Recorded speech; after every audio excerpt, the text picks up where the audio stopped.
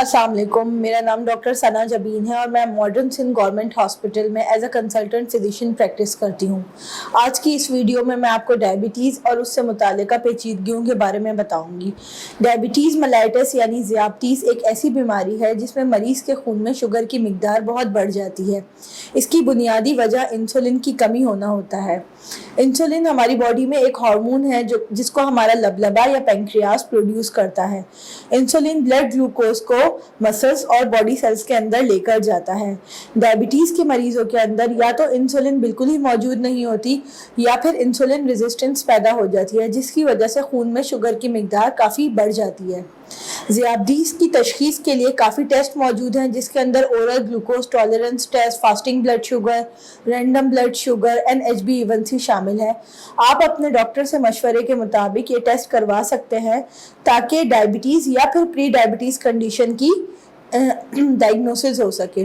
Pre diabetes एक ऐसी condition है जिसमें ब्लड ग्लूकोज इम्पेयर्ड होती हैं, यानी कि नॉर्मल वैल्यूज से बड़ी हुई होती हैं, लेकिन वो डायबिटिक कैटेगरी में फॉल नहीं कर रही होती हैं। ऐसे मरीजों को ख़ास एहतियात बरतने की ज़रूरत होती है, क्योंकि कुछ अरसे के बाद ऐसे मरीज़ यानी कि प्री डायबिटीज़ वाले मरीज़ डायबिटीज़ का शिकार हो सकते हैं। अब अगर हम डायबिटीज़ की टाइप्स पे बात करें तो दो टाइप की डायबिटीज़ होती हैं, type 1 diabetes mellitus and type 2 diabetes mellitus.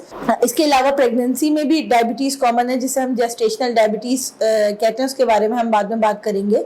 अब हम सबसे पहले टाइप 1 डायबिटीज़ मेलाइटस के बारे में बात कर लेते हैं। टाइप 1 डायबिटीज़ मेलाइटस अमूमन बच्चों और कम उम्र के लोगों में होती है। इन मरीजों के अंदर इंसुलिन बिल्कुल ही मौजूद नहीं होती और इन्हें अपनी खून में शुगर की मिकदार को कंट्रोल करने के लिए बाहर से इंसुलिन लगाने की ज़रूरत होती है।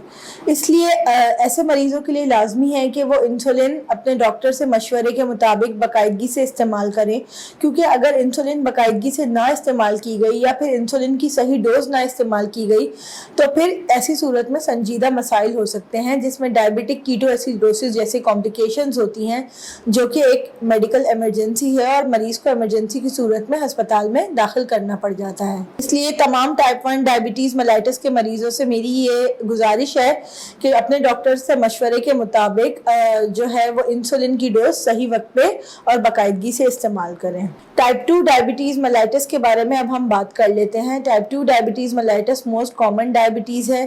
पहले ये ज़्यादातर 40 ईयर्स के बाद पाई जाती थी, लेकिन अब जब से डायबिटीज़ बहुत ज़्यादा कॉमन हो गई है हमारी सोसाइटी में, तो ये 24 to 25 एज ग्रुप से लेके 40 ईयर्स के बीच में भी प्रेजेंट कर जाती है।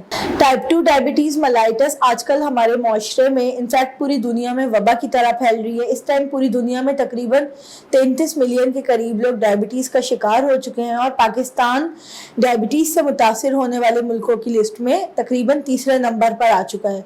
2019 के मुकाबले में पाकिस्तान में इस टाइम डायबिटीज़ की शरह में 70% इजाफा हो चुका है, जो कि एक अलार्मिंग सिचुएशन है।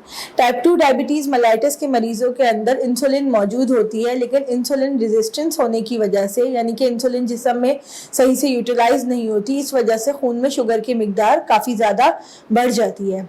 अब टाइप 2 डायबिटीज़ मेलाइटस की वजूहात क्या होती हैं? टाइप 2 डायबिटीज़ मेलाइटस की कुछ बुनियादी वजूहात हैं, जिसमें एक वजह तो जेनेटिकल ट्रांसफ़र यानी कि जन्याती मुंतकली है। इसका मतलब यह है कि अगर आपके माँ बाप में से किसी को भी डायबिटीज़ है तो आपके अंदर भी डायबिटीज़ होने के काफ़ी इम्कान मौजूद होंगे। और इसके अलावा अगर हम दूसरी वजूहात पे बात करें, टाइप 2 डायबिटीज़ मेलाइटस की दूसरी वजूहात के अंदर environmental factors, unhealthy life style, वर्जिश का ना करना, मोटापा और मुनासिब ग़िज़ा का ना इस्तेमाल करना, जिसमें अब बहुत ज़्यादा मुर्गन ग़िज़ाएँ, तली हुई चीज़ें या मीठी चीज़ों का इस्तेमाल शामिल है। डायबिटीज़ मेलाइटस जब स्टार्ट होती है मरीज़ के अंदर तो बीमारी के शुरू में मरीज़ में कोई अलामत नहीं होती, लेकिन जैसे जैसे खून में शुगर की मिकदार बढ़ती जाती है तो मरीज़ कुछ मखसूस अलामात महसूस करता है, जिसके अंदर मुस्तकिल थकावट, वज़न का गिरना, प्यास का बार बार लगना या पेशाब का बार बार आना शामिल है। जब खून में शुगर की मिकदार काफ़ी अरसे तक बढ़ी हुई रहती है तो फिर ये हर आज़ा को मुतासर करना शुरू कर देती है और मरीज़ के अंदर कुछ सालों के बाद कॉम्प्लिकेशंस आना शुरू हो जाती हैं, जिसके अंदर हार्ट अटैक, फालिज, मोतिया, पैरों में ज़ख्मों का बन जाना या फिर गुर्दों का फेल हो जाना शामिल है। اس لیے تمام سامعین سے میری یہ گزارش ہے کہ اپنی صحت کا خاص خیال رکھیں۔ اگر آپ کی فیملی ہسٹری ڈائبٹیز کے لیے پازیٹیو ہے یا آپ موٹاپے کا شکار ہیں تو آپ کے اندر کچھ عرصے کے بعد ڈائبٹیز ہونے کے کافی امکانات موجود ہیں۔ اس لیے آپ ایک ہیلدی لائف اسٹائل اپنائیں، مناسب غذا کا استعمال کریں، پورے ہفتے ورزش کو اپنا معمول بنائیں اور اس کے علاوہ وزن کم کریں۔